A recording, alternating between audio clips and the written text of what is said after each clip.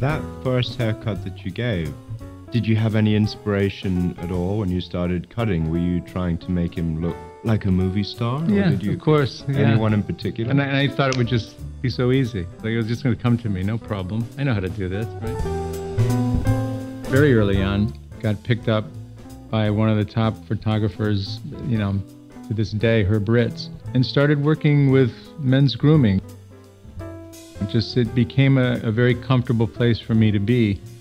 A lot more guys were coming to me with questions and for cuts and things like that. Became a thing that I enjoyed to do, and it started to open up more and more and more in that direction. So I ran with it. Guys are unique, and when it comes to men, it's about detail often. It's about the length of a sideburn. It's about the thickness of an eyebrow. Beards are huge right now. And how thick should that beard be? Should it be groomed underneath? All of these things come into play. And of course, the time we're living in. There could be a trend that's sort of popular, and right now it's very short back and sides. But if you go and you put this look on every single man, you're going to find that some look odd wearing that. And it's not the best look for them. When you think about it, we all have our own unique style. Whether we run from it and pretend that it doesn't matter, that in itself is its own style, or we do start to think about it and try to figure out who we are. If a guy can have a nice set of shoes and a great haircut or a great grooming look, he's halfway there. Every man can accomplish that feat. I think that today, more than ever, it's okay to care about these things. Vaughn, what does classic style really mean?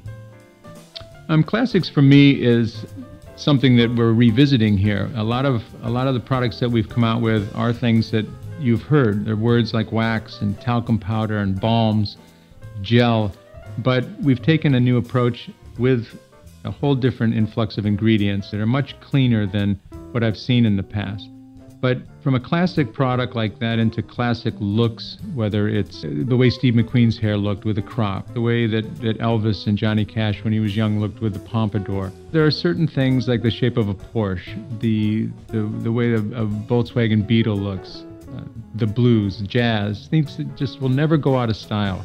And I gravitate towards that stuff that's iconic, that just continues to live and actually gets stronger as time goes on. I think men should be relaxed, and I don't think that any of this stuff should be a mystery to them.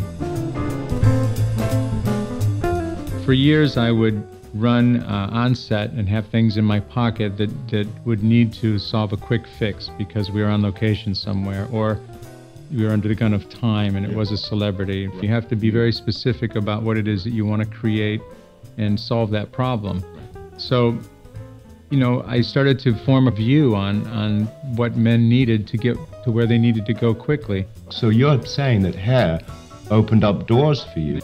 To sit and right around Bruce Springsteen's property with him, or to be putting cream on Jimmy Page's hands for a picture. I mean, all of these things, it's just the tip of the iceberg, but you're absolutely right. Without this career, going from scholars to presidents to musicians to actors, it would have never, ever happened in any other context. I mean, what makes a man, in my eyes, as he ages, is the fact that he does have his heart broken, that he wrinkles, that there are balding, there's graying, there are scars sometimes, and there's integrity, and you earn that. And you need to trust it, and you need to be able to roll with that, because that's an attraction.